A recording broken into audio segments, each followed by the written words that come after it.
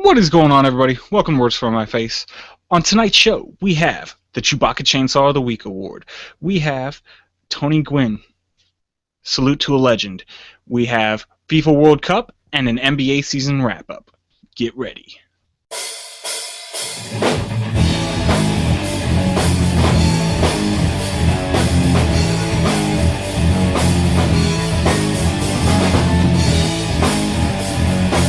That was once in a lifetime. That was one of the greatest round ones of all time, of all sports, ever. I think, though, Beverly Hills Cop, RoboCop crossover needs to happen.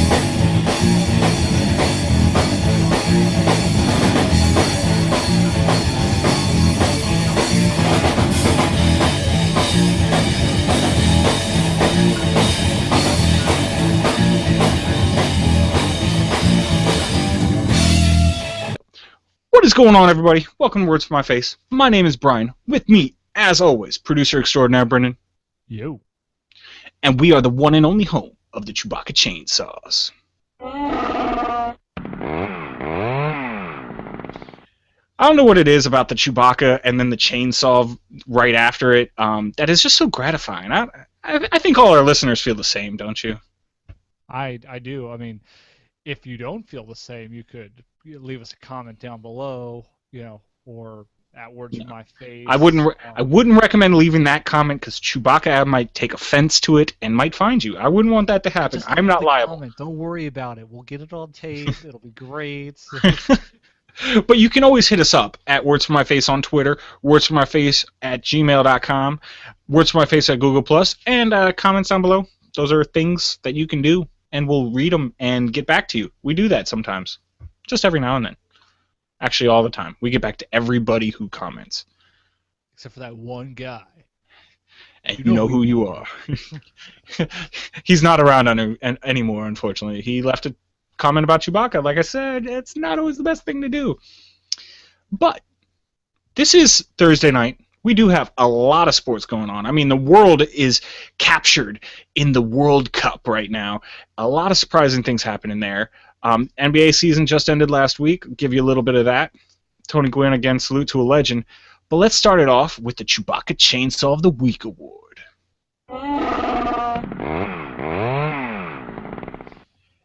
And this week's Chewbacca Chainsaw Award goes to Clayton Kershaw. He is the Los Angeles Dodgers pitcher. You might have heard of. We talked about him must have been about 6 months ago.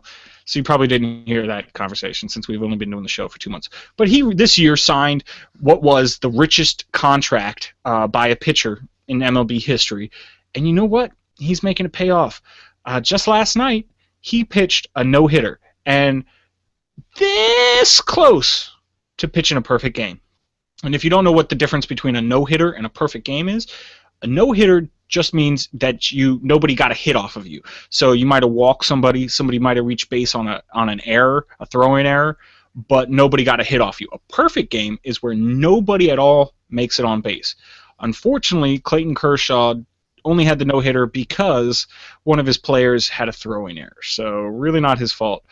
But not to mention that he had a complete game, a no-hitter. He struck out 15 batters. 15 batters. That's 5 innings worth of strikeouts. There's only 9 innings. So more than half the game, if you saw him, you got struck out by him. So that's a feat. It's got to be a short game, too, then. At least for a lot of it to cut out. Well, his side scored 8 runs, so maybe they prolonged it a little more than they would have. But, yeah, I mean, they were coming up, knocking him down, coming up, knocking him down, coming up, knocking him down. So Clayton Kershaw, I mean, the Dodgers right now are playing spectacular. I believe they're first in their division right now. A lot of people made them the sexy pick to win the World Series, or at least make it to the World Series from the NL. It's going to be tough because they still have to. If he keeps pitching like that, it's going to be great for them. I'm just thinking, too, those 8 runs. 8 runs is a decent amount. That's a good bid for a baseball game. Maybe some of that is because the fielders on the other team, had pretty much no time to rest between innings, between ups. So you don't need to rest in baseball. Come on, what do? They run around for 5 minutes every hour. Come on, they don't do much. That's why they play every day. All right, fine. I'm sorry. I just ruined your point. You were trying to make a good point, and I just killed it. Sorry. Yeah, it's just because you hate on baseball. I know. I don't hate on baseball. We talk a lot about baseball. I did it again to you. Haha. Just say something else. Say something else. Anything else. Let's go back to the important point here. How much money was he making? Because you said he's signed. He signed a $215 million contract. So that is a record for pitchers. A pitcher. What's now, the record total? Somewhere 305 or something like that. I believe that was an A-Rod deal. He got that. Robinson Cano came pretty close to that this year with Seattle, but not quite over that hill. So I'm surprised that a pitcher hasn't been up there, because usually you'd expect the pitchers get paid pretty well, typically, right? Pitchers are very important. I dare say probably the most important position on the field, but their longevity isn't as good. Also, they're more sporadic. It's hard to stay consistent from year to year to year. Just like in football and other sports, when you're good at something, people dissect everything you've done and figure out how to beat you. So that's usually what happens with pitchers. It's very rare to see a pitcher like Nolan Ryan. I mean, that guy pitched amazing for something like 20, 25 years. So it's not as easy to keep up a high consistent level. So that's why when you see pitchers like Roger Clemens and Randy Johnson and Curt Schilling, when those guys do it for an extended period of time, they really get a lot of notice, but maybe not as much money. So Clayton Kershaw, you got our Chewbacca Chainsaw of the Week award. What? All right. I like that. Look. Was that a threat? Were you threatening me? Yeah. Are you threatening me? By me tonight. That's where he is. I noticed he wasn't around today, but what can you do?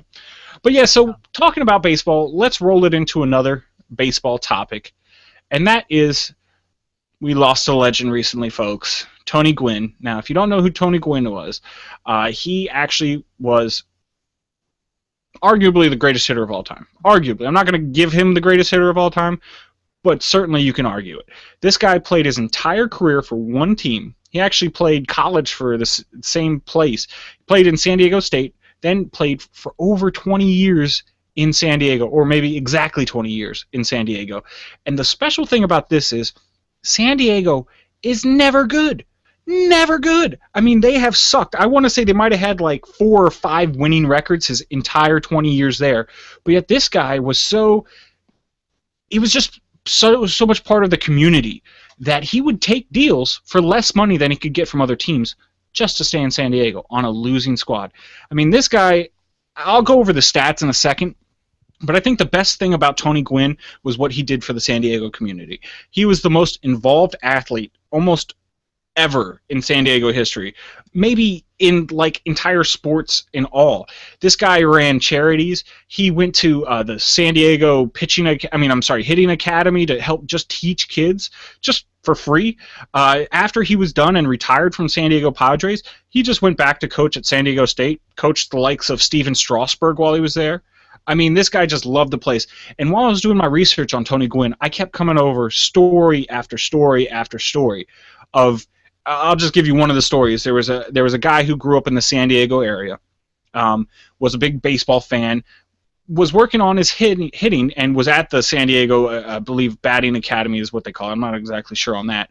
And he's in the cage and he's taking some swings, and it's just not working for him. Something's just not right. And he keeps trying time after time and just can never quite get it right. And all of a sudden he hears this voice, and the voice is, "Hey kid, that bat's too heavy for you. You need a lighter bat." And who is it? It's Tony Gwynn standing behind him, just randomly walking around. And, this kid's idol is standing right behind him, giving him pointers. I mean, just because he loved people. This is one of the guys who did not mind sacrificing his time to make the community better. I mean, you heard stories of how he would sign autographs from like sun up to sundown. I mean, after the spring training practices especially, he would just sit there all day signing autographs, because he knew that him doing that little thing, taking that time out of his life, made somebody else's life a lot better. He was one of the best examples of paying it forward that you'll find in sports. I mean, I do not usually think that sports pros should be role models, but this was one of those guys that he could be anybody's role model. Now, unfortunately, we lost him to a battle with cancer, and at 54, so he was way too young to go. But let's just go over a little bit of his stats, and you'll kind of see what I'm talking about. He had a .338 career batting average. That's amazing. He's a 15-time All-Star, 8 batting titles, 12 times in the top 20 in MVP voting. He only played 20 years. He was considered an MVP candidate on a horrible San Diego Padres team. Let's not forget that. We cannot forget how horrible those teams were. He's a 5-time Gold Glove winner, which if you don't know what a Gold Glove winner is, it's an award given to the person who shows best glove skills. I guess it's kind of in the name, like defense and everything for that position. So you give away 9 Gold Gloves a year. He's a 7-time Silver Slugger, meaning he's the best hitter at his position. I dare say you could have probably given him a couple more of those. He played 20 years in San Diego and coached Steven Strasburg. So that guy was so special. And I haven't even gotten into the part that probably made him the most special. Now, growing up, he had a stigma about him. He was a big guy, had tiny, tiny hands. I mean, like, people would talk about how tiny his hands were. That's how tiny they were. It's kind of like that Burger King commercial. Remember, they were like, "Let's go get a Whopper," and the guy's like, "I can't get a Whopper." Well, why not? Baseball too, weren't they? Like they were out playing. I think they were playing. They were either playing basketball or football. Yeah, they were playing a sport. Well, my hands are tiny. It's kind of like that. So he used to use this bat that was about half the size of everybody else's bats because his hands were too small and he couldn't quite grip the bat right. Now this guy was the master at controlling where he hit the ball. If you tell him, "Hey, we have a guy on third, we need to hit it to right field so we can maybe sacrifice," he'd hit it to right field. His spot was dropping the ball in right behind the third baseman, right in front of the left fielder, which he could do consistently. This guy was amazing. And yes, if you look at some of his videos, he did get bigger in his later years, but he was a base stealer in his early career. I mean, this guy was just amazing. So, Tony Gwynn, we'll miss you, buddy. We'll miss you. Yeah, one last detail about him. Could you mention that he went and he played college in San Diego and then he stayed there? From the story, did he also grow up in San Diego originally? See, I don't know if he grew up in San Diego. I know he grew up in California. I'm not exactly sure where, but he went to San Diego State for his collegiate career and then came back there afterwards just because he loved the area and loved the place. Yeah, maybe he just loved the place from being there for college or whatever, because I've heard San Diego's a really nice city, like 70s year-round. Like a city that never gets above 80 and never goes below 70. I mean, who can complain about that? Right on the beach, Southern California. Yeah, if you don't like that part of the world, I don't know what's wrong with you. Because me, I hate the heat. I really do. I like it to be colder. But San Diego just sounds like a great place to live. Yeah, and if you would like to send us out to San Diego. Hey, if you have a couch I can crash on in San Diego, hit us up at wordsformyface@gmail.com and I will be coming. Or you can hit us up on Twitter. Or wordsformyface.com. Or comments down below. Or am I missing anything? At wordsformyface on Twitter. Did I already say that one? I did. But after we've promoted ourselves enough, Tony Gwynn, I miss you, guy. Yeah, I don't think we can promote ourselves too much. I don't know if that's possible. Promotions just keep going on and on and on. If we talk about people dying, and we'll just promote ourselves. Oh, he's dead, but look at us! All right, yeah. We kind of went off track on that one, right? We there. are the most sensitive sports hosts ever. Well, I mean, that would be saying something, because I don't think most sports hosts are sensitive. So, and we're not sensitive either. Sorry, but we are saluting Tony Gwynn. But yeah, I'll stop rambling on that one. And we'll roll it over to the next topic. And that is the NBA season wrap-up. Now, we just saw a pretty disappointing finals between the Heat and the Spurs, where the Spurs pretty much showed them how to build a team. You build it through the draft, you keep continuity, you don't buy your players, and then you can supplement those players from time to time so that the role players stay fresh, stay good. You keep a continuing class of younger players moving up to the top and keep them up at high levels. Now, it's no surprise that the Spurs are so good.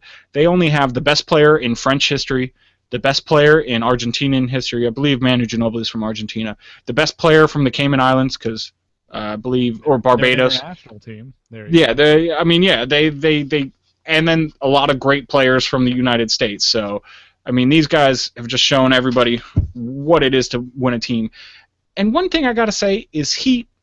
Why do you guys have to be such big crybabies? Why? You won It's the two. money. You've been to the past 4 championships. You won 2 of those 4. Yes, now I know you wish you could win more, and I know LeBron James said, not 2, not 3, not 4, not 5, not 6, not 7, we're not 8. And he was bragging how they were going to win every championship when the big 3 came together. But it didn't work out for you this year. You know what? You made it there, and all you need is 1 or 2 good role players. Now, the Heat are in a lot of trouble, though, because they only have 1 player that does not have a player option or is signed for next year, and that is Cole. Norris Cole, I believe his name is. And, yeah, he's not that great of a player. Everybody else can either opt out of their contracts or they're done with their contracts. Now, we've already heard from Shane Battier. He is retiring. Ray Allen is mulling over retiring. I don't see him retiring because he can still shoot the ball, and someone's still going to pay him like $5 million a year to do that. But we'll see what happens. Now, So, hold on a second. Now, going back to what happened this year, I'm not sure that the Spurs really showed that it's better to build a team because, like you just said, the Heat. This is still the 4th year that they've made it to the finals, and they won 2 in a row already. Like, yeah, they're not getting every championship, but that's still an amazing record for any team. So buying is still looking pretty good. Like they're yeah, not but they're not struggling right now. the Spurs have won 5 championships in 15 years, which, yeah, maybe 2 in a row is flashy and cool, but 5 in 15 years means you're doing something right. None of those years have they missed the playoffs. None of those years they went below 50 wins, I don't believe, except for maybe one of the lockout shortened seasons. I mean, they've just shown that they were the class of the NBA every year, year in and year out. I mean, yeah, buying your team did work for them, but you see 4 years down the road, they're already ready to fall apart. The Spurs had 15 years, and they're still going strong. I do not see the Spurs team breaking up yet. I see Tim Duncan at least having a year or 2 left in them. Same with Tony Parker and same with Ginobili. So it's very possible with the emergence of players like Kawhi Leonard. I mean, he won the MVP of the finals for a reason. He locked down LeBron James, and he helped. I mean, he was probably the most pivotal player to help spur them towards. Get it? I said spur for the Spurs. Get it? All right, you can want me. Yeah, I'm going to. If I can find it. Oh, saved. No. No. Yeah, I deserved it. But yeah, so he was really helped lead them to the championship victory because he was able to lock down LeBron. Good. But you even mentioned last week or whenever you mentioned it, I don't know, I don't really pay attention to you that much. The Heat are going from the big 3. They're looking to be the big 4. So they might be challenging us and just saying, hey, you know what might help us really get that second bit is throwing more money at it, and then the bot team will really be a bot team with 4 players on there that are super players. Yeah. And maybe they will lock it down. Maybe it will work. I mean, buying 4 championships, if you want to call it like that, with 3 players, but buying their way into 4 finals is really good. 2 championships, really good. If you overload that even more, it's going to be tough to beat them if they do actually get that big 4. Granted, it's going to be tough, but what's going to happen? My prediction for what's going to happen to them is they're going to have these 4 players. Yeah, you'll have good veteran players that'll want to sign for cheap just to win a championship that they might not have won yet, but you're not going to have any bench. I mean, this is what happened to them the first year they were the big 3. This is why they lost. Who did they lose to in the finals? I can't remember. Oh, the Mavericks. This is why they lost the Mavericks in the finals the first year they went there, because they weren't deep enough. LeBron James can only play for so long. So can Chris Bosh. Dwayne Wade's showing his age. I think Dwayne Wade has almost aged 10 years in the past year due to all his knee injuries. So, and you know what? Those guys need to go out and do some running. They gotta earn that paycheck and get some running done. Yep, do some. Come on, guys. Where's your physical fitness? And also, it's not necessarily a lock. I know I was reporting on it last week like it was a lock, but it's not necessarily a lock that Carmelo Anthony will end up in Miami, because another team that just so happens to have a really good team in place and a lot of money to spend this year is actually the Chicago Bulls. And they're looking like they're going to be targeting Carmelo Anthony pretty hard. And with Joakim Noah, the Defensive Player of the Year, and hopefully for them, a healthy Derrick Rose coming back next year, with the team they already have in place, he would be a very, very good fit. Because if you looked at what the Bulls were doing this year, they're a very good team, number one defensive team in the league, great, solid team. They just didn't have that go-to scorer. Now, really, Derrick Rose would normally be that. Also a good place to play basketball. I mean, just the legacy. Yeah, they have a great legacy with the Bulls, right? For the last 30 years now. So it's not a bad place to go and play some basketball. Oh, not at all. I mean, that is one of the premier spots nowadays. Just because of Michael Jordan. I mean, that's why people want to play basketball enduring. There. That is very enduring. Yeah. Yeah. Well, I mean, still, I mean, he is the benchmark. Even LeBron James, people are saying, well, when he gets 6, you can come talk to us about him being a better player than Michael, which it just doesn't look like he's going to get to that now. I mean, you never know. Carmelo could go there and they go on a tear for the next 4 years, but that's all up in the air. But I really want to talk about, as well, some of the teams that are going to be losing a lot of free agents or have players that can opt out. These are going to be teams that you're going to see be very, very active in free agency this year.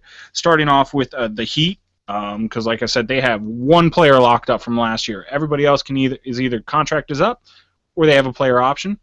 So you're going to see them making a lot of moves, whether it be re-signing players that they already had on the roster or making big moves to get players like Carmelo Anthony. It's going to be a very different Heat team.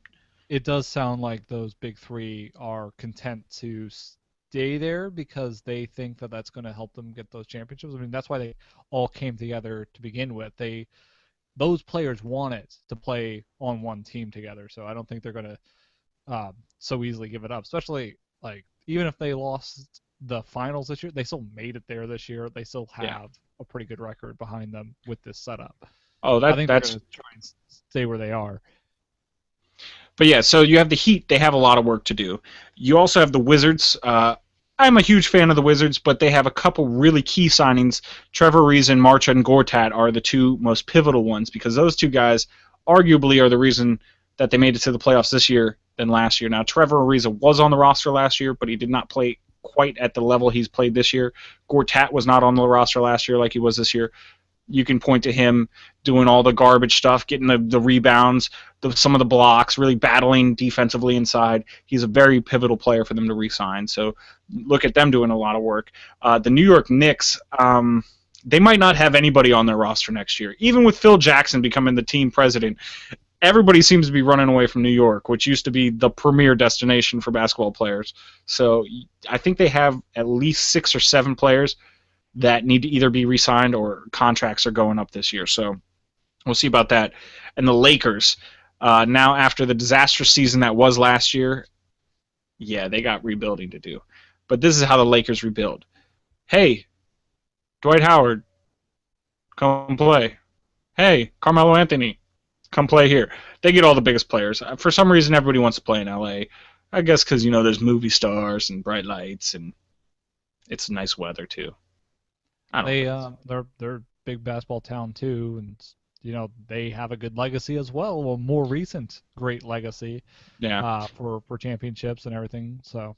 And one of the reasons I think LA is such a good basketball town is because they don't have a football team. Now, a lot of people in LA would love to have a football team, but the Lakers and the Clippers have thrived not having that football team. So have the two baseball teams there, the Dodgers and the Angels. So I don't know. That's just a thought. Not really. And that could be a contributing factor, less big sports to compete with, and especially since we've talked about, like, LA does have baseball, but baseball has been really declining in popularity the last couple decades. Football is obviously at the top. If you don't have that, I would say basketball would be number two sport in the country. Yeah, I would agree. I would say it goes football definitely number 1, 100%. Basketball number 2. Baseball, hockey. I don't know the real statistics on NASCAR. I don't really consider it a sport. Turning left is something everybody does every day. So why should people get paid millions of dollars for doing it just at a little higher speed? But that's another topic for another time. But I'm it's trying. a big national sport though. Like that's really huge in certain parts of the country. In It's other called parts, the Deep South. This is where it's really all them rednecks love that sport. Yep. All right, I didn't mean to offend any rednecks. I'm sorry. Because apparently all our viewers are from the South. You never Well, know. I'm sorry, rednecks. I did not mean it. Hey, we have just cousins. keep going. And sorry, rednecks.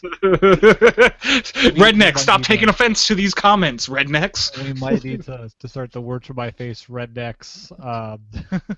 The Rednecks Rebels page. Rednecks, OG Rednecks, yes. Yes, we are pro redneck. I guess, I don't know. Yes, we want to help those communities build watering holes or something like that. Help them make safer moonshine distilleries. You know? Yeah. All right. Words to my face, giving back to the South. Why we're giving back to the South, I don't know. Other parts of the country is racing. Some of the Midwest, and there's plenty of places where NASCAR is popular, but not all over the place. It's hugely, insanely popular down south. And when I say south, I don't mean like Texas and over there. Anywhere east of Texas, it's pretty. Actually, more like east of Alabama up to D.C. It's hugely popular, but it's just one of those sports that I don't know why it quite took off in those areas, but it did. So I don't. I still don't understand the appeal of watching people turn left for like 5 hours. But again, we support you. Rednecks for life. Is that right? Okay, so yeah, we kind of got distracted there, but that was our NBA season wrap up. So watch for a couple of those things. By Brian's statements, leave a comment down below. Really, I mean, you can let me have it. Please do. At Words to My Face on Twitter, wordstomyface@gmail.com, wordstomyface.com, and comments down below. I'd love to hear some hate mail. I promise you, I will only cry a little bit. But if you want me to cry a lot, I will cry a lot too. We'll record it.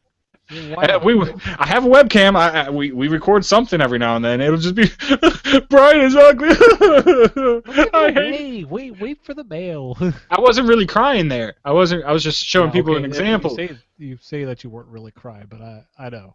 All right. You were thinking about it. You're so emotional. But yeah, I can get emotional, especially when it comes to sports. It's life. It's life. And I was about to jump into something I'm really emotional about, but I'm going to save that for next week. And we're going to move it on down the road to the final topic of the evening. And that is, there's this little tournament going on right now. I don't know if you've heard of it. Lots of people haven't. But it's called the World Cup by FIFA. We can't even run this joke. We talked about them last week. All right, you're right. I can't even run this joke. Well, third week go ahead.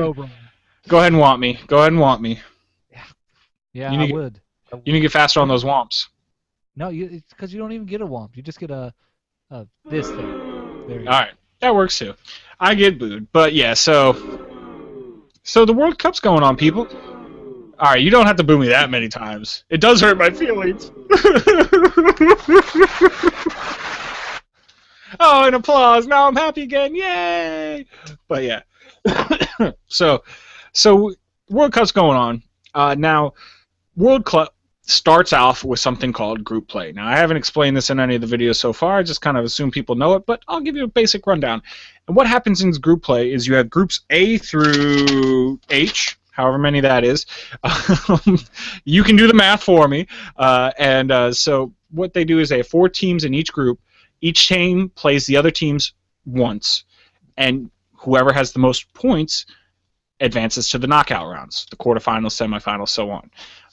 How you get points is each win that you have counts as 3 points. Each draw that you have counts as 1 point.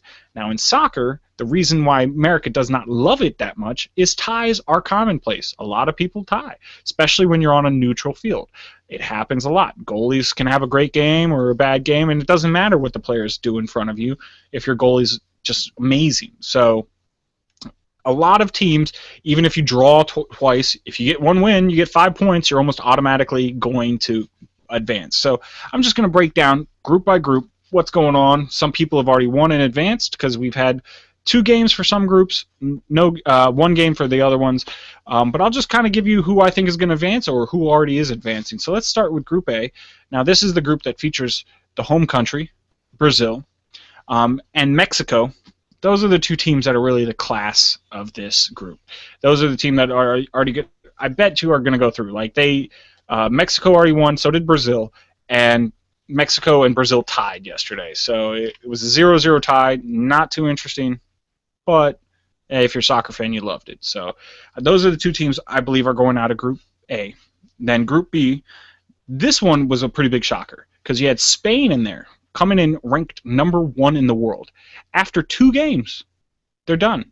They lost to the Netherlands 5-1, and then they come back and they lose to Chile 3-2, I believe, or something like that, or 2-0. Sorry, and they're done. That is the defending champion gone out of the World Cup. See you later, España. You're gone. I don't know how this happened. I'll never understand it because they're supposed to be Isn't that one of the great. exciting things, I guess, about the World Cup? Anything can happen, you know? I guess, or anybody could just not show up. I mean, I don't know what was going on in Spain. They won the most three recent major tournaments, which was Europa 2008, World Cup 2010, Europa 2012. I mean, I don't know what happened. It's crazy. Like, that roster is literally some of the best players in the world. I mean, I actually know almost like 6 players from that roster. That means you are good. If I know that many players on your team, you are good. And they just blew it. And they're known for their defense, and their defense is really what let them down. And then their offense just never got going. So that'll do it to you. Maybe they got too cocky and decided to go easy in group play, save things up for later, thinking that they were just going to be good, and all the other teams decided to bring their top game because they knew they were going against Spain, and it was a kind of a mismatch. I mean, you'd think that over the course of the game they would see something like that coming so that it wouldn't really cause a problem, but yeah, I don't know. But no, that's an excellent point. I mean, being the champion, you have that bullseye on your back. Everybody's gunning for you. That is the game everybody's is getting up for. That is, I'm circling this one on my calendar. We're playing the best. We need to bring our best. So it's just unfortunate for Spain that they didn't bring their best at all. They didn't even bring their worst. I don't even know what to call it. Doo-doo is what they brought. Big heaps of doo-doo. That's it. Very just large. Doo-doo. Very large mounds of doo-doo. Yes. I'll stop elaborating on the doo-doo that they brought. But so out of that group, you're looking at Netherlands, who actually was the other team that they played in the World Cup final back in 2010. They're doing spectacular. They just beat Australia yesterday. They're automatically through. Chile has won their 2 games. They beat Australia, and then they beat Spain. So those 2 teams are already through, and the other 2 teams are already out. So that's Group B for you. Group C, you have Colombia. They're playing the best soccer that they've played since Pablo Escobar bought their team. When was that? 1994. 90s, early 90s. That's quite a while. That's, 20 years now? Yeah, Okay. So they're playing really good soccer right now. They played a really close game today against, I believe it was the Ivory Coast, and they won 2-1. So it's looking like they're advanced. I don't know if they're a lock for it yet, but it does look like they're going to advance. You have Côte d'Ivory, or Ivory Coast, as some people might call it, but their initials are CIV, so I'm going to call them Côte d'Ivory. You would. Yeah, I would. I do that sometimes. But yeah, they have a lot of really good players, really excellent striker in Drogba, but they're not really bringing it, so it's not looking like they're going to make it out. It's really looking... Actually, you know what? That's kind of a weird name for that. I just read Costa Ivory. No, I think they will get through. I take it back. I think they will get through. Japan and Greece are the other 2 teams in their group, and those 2 aren't going to make it through. So take everything I just said about Costa Ivory, wherever I said loss, insert win, and advance. Just do that for me real quick with your own home editing. I'll wait. Oh, thank you for doing that for me. I appreciate that. Yeah, so... Japan there? Japan, Pikachu is letting them down, because we talked about this. They're sponsored by Nintendo, and their mascot is Pikachu. And Pikachu has not been electrocuting players on the field. He hasn't brought, like, Squirtle or Bulbasaur or any of those other guys to come in and help. All I know is that Bulbasaur was smart. He just put some of his vines under the ground, and whenever a player from the opposing team was on a breakaway, Just a little vine pops up and trips them. Could I'm it hurt? telling you, No. this is going to be just like their console sales lately. You know, it's going to be a slow start, but then they're going to release Mario Kart 8s. Everything's going to start picking up, and they're going to hit into high gear. Yeah, but really, what's already happened is since I believe they lost their first 2 games, they're already out of it. So it'd be like if they released a new console and then we're like, hey, we're gonna release this for Wii U now, you know. So they waited until the race was over to really step up their game. So, yeah. So Costa, Ivory, and Colombia are going to be coming out of Group C. Moving on to Group D. Now this is a very interesting group because you have Italy, England, and Uruguay. Or Uruguay. I don't know how people want to pronounce it. If you know the proper pronunciation of it, let me know in comments down below. I don't know how you do that. I guess there are ways to annotate that properly. If you really want, you could record yourself saying it and email it to us, I guess. Yeah, wordsfrommyface.com. We get stuff like that. Not wordsfrommyface.com. Wordsfrommyface@gmail.com is what I meant to say. Hey, it's an email address. We get emails there. But yeah, so we'll play it on the show next week. You know, yeah. just say, here's how you properly say it. We'll play it with you. We'll give you a shout out. Everything to you. Exactly. So they're probably the class of this. Uruguay is probably the class of this group. Now, this might have been considered a group of death had it not been for the actual group of death, which we'll get into in a little bit. But they're playing well now that Suarez is back. Suarez was out their first game. They lost their first game. And he has come back, and he scored 2 goals in his first game today. So they're looking like they're going to battle and advance. England, I mean, you guys invented soccer, and you're already out of the World Cup. I mean, come on, guys. Come on. I think I said that. I think I said a couple weeks ago, whenever it was, I said didn't expect much from England. No. I don't. Yeah, watch the tape. I will not go back through that tape because I have no idea where that tape would be. But they're blowing it. I mean, again, they're the country that says that they invented soccer, and they're not even making it out of the group play stage. So there's something wrong with them there. They did come up against a really good Italy team who kind of stole it away from them in the last minute, but they just got kind of murdered. Not murdered, but they were outplayed. So my guess is actually Italy and Uruguay. See, if you notice me looking down, it's because I'm saying these things and I'm like, wait, did I really say that? Yes, I really did say that. So those are going to be the 2 teams that advance out of that one. Italy is just one of those traditional powers that always seems to get through. But, I mean, you have 2 of the biggest powers in football, or soccer. I'm watching too much World Cup because they all call it football there, but that's not the real football. Those are the 2 of the biggest powers in soccer every year. I mean, I don't think these 2 teams ever drop out of the top 10 like in the past 50 years. So they're already out of the tournament. Ugh, you know, maybe we're getting a little more parity in the game, which is not a bad thing. Ask the NFL. Parity is an amazing thing to have in your game. So that's pretty cool. But yeah, so you're gonna have Uruguay and Italy advancing. Football, so yeah. That's why we love the NFL football. Yeah, exactly. I mean, because of the parity. And then in group tackles and touchdowns and just everything about it. Just it's a thinking man's sport, honestly, football is. If you don't like to think, don't watch the sport. That's all I'm going to say. Leave it there. I'm not calling you dumb if you don't like football. We'll get back to the other football. We'll do that. Yeah, let's go back to football. That's how I'm going to differentiate football and football. Football. I like saying football better than football, though. I don't know. I wonder why that is. It's just a little more fun to say football. All right, you know what I'm going to do? I'm going to make football American football because I like saying football better than football. So, haha, I'm stealing the real name because I like it better. Because I can do that. I have my own show. It's called Where's My Face? I can do whatever I want. Well, you know. There's nothing to really say to that rant. But... You can't say nothing because it's my show. Do you want to get kicked off? You're kicked off. All right, I'm just joking. You're the producer. I need you. Uh-oh, Chewbacca's angry. Uh-oh. He wants me to move on to Group E. So in Group E, you have France, Sweden, Ecuador, and Honduras. Really what we're seeing here is that France and Sweden are the class of this group. Ecuador and Honduras, whereas they're playing the hardest, just seems like they're outmatched. So I have France and Sweden moving on.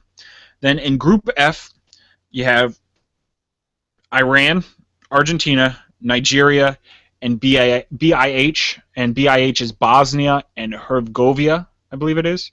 We're actually watching them play this weekend, and my sister-in-law said the name like 15 times, and I still don't know how to pronounce it, so stuff happens.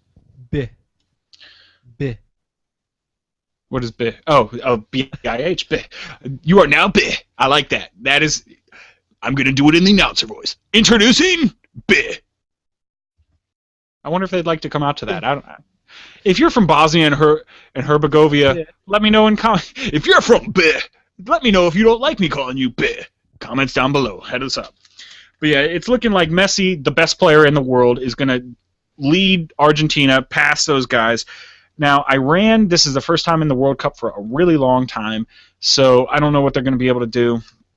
And Nigeria and BIH just don't look that great, so I'm actually going to give it the nod to Iran. I think they're going to make it through. And, you know, my heart goes out to all the people in Nigeria. I really wish that this team could do something good for you because, and I'm going to take it a little more serious note, because of all the craziness that's going on there. You have a group called Boko Haram that is just harassing that entire country. They're actually targeting places where people go to watch the World Cup and suicide bombing them. So I hope you guys can find a safe place to watch the game and enjoy it in the peace and comfort that you deserve. You don't deserve what's going on there. So, again, my hearts and thoughts go out to all you in Nigeria. I wish you the best. I hope you will advance, but I have to give my honest opinion, and I'm not sure that you will. Damn, I bummed myself out right there. I don't like bumming myself out. I know. I'm going to say that I think they have worse problems than issues with the World Cup right now. So. Yeah, but you know, having a World Cup win or at least advancing out of group stage, it would just do a lot to brighten that country's spirits. So you never like to kick somebody when they're down. We would hope that problems get resolved and peacefully. And you know, fighting is not always the best way to do it. I mean, yes, they are bringing violence to the table, but real change is only accomplished through nonviolent actions. I mean, you can look at, you don't even have to believe me, but true, lasting, peaceful change has only been accomplished through nonviolent actions. Look at Martin Luther King, look at Gandhi. Enough said right there.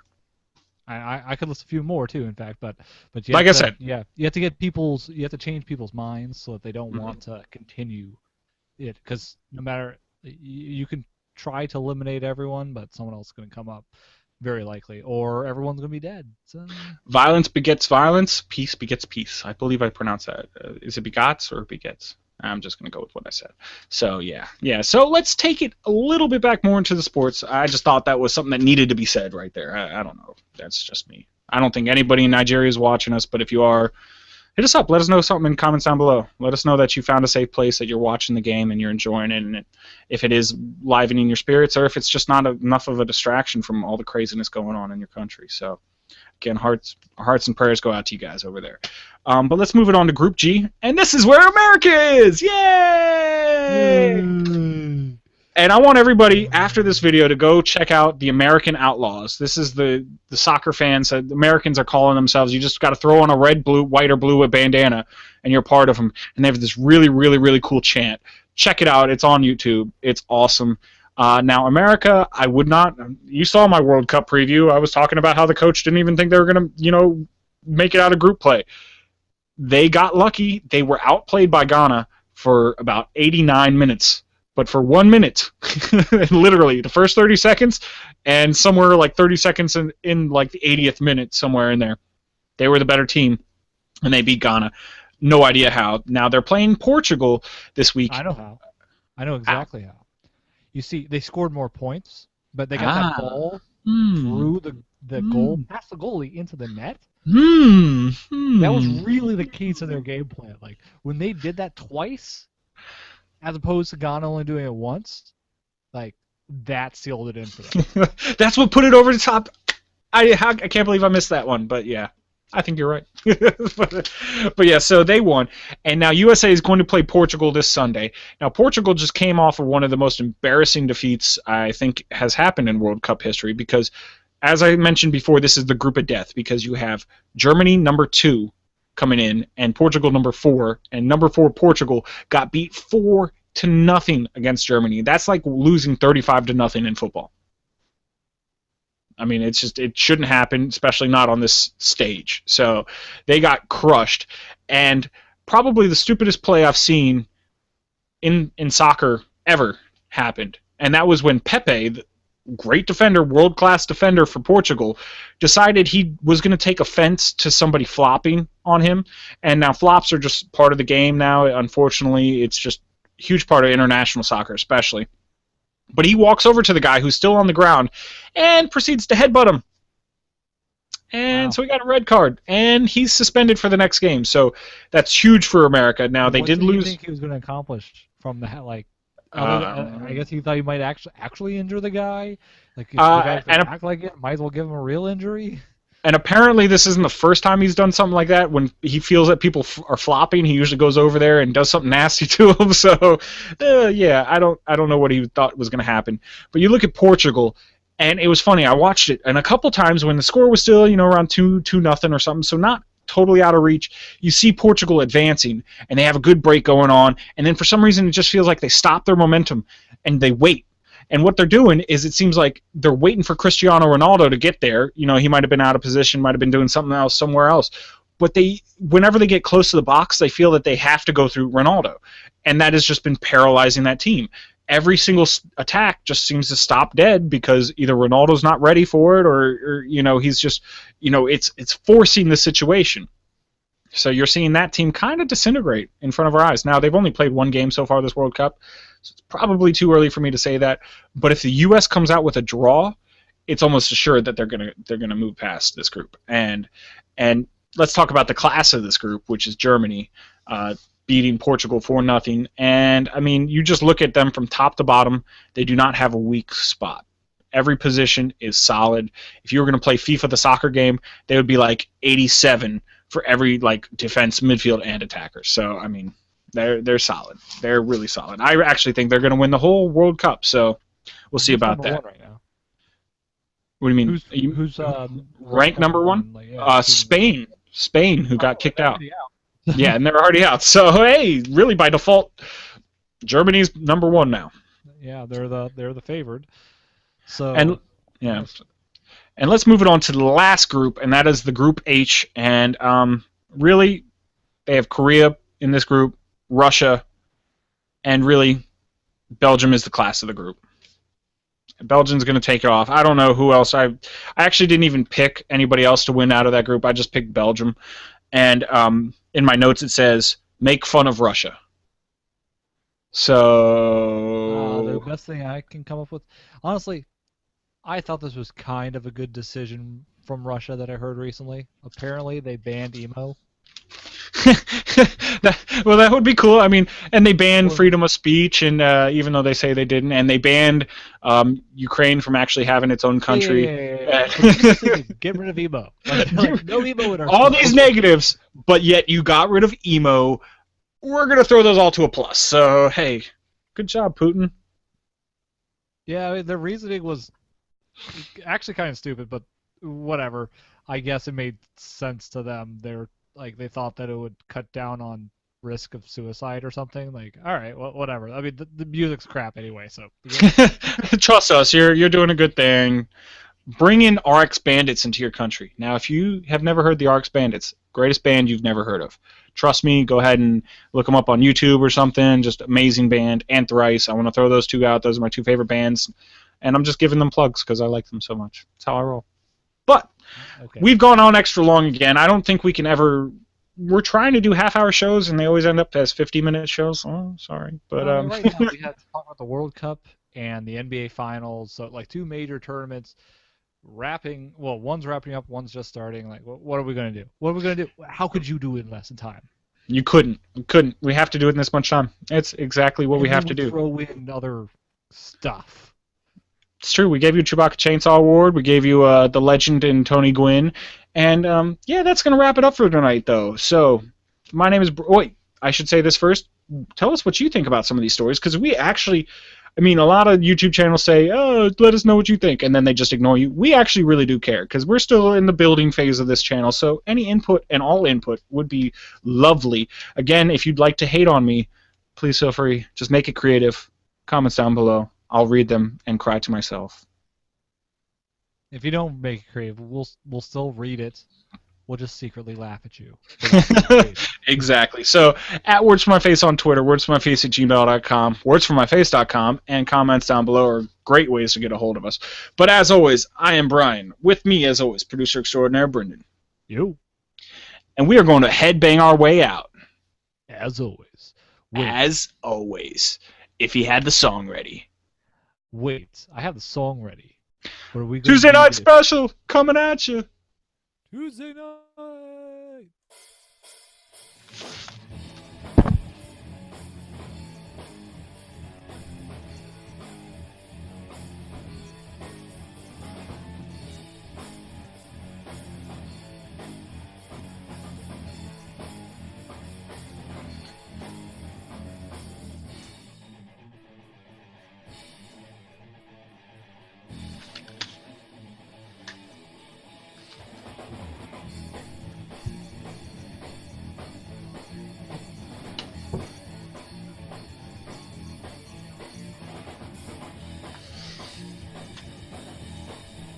I gotta make sure the song's still going every now and then.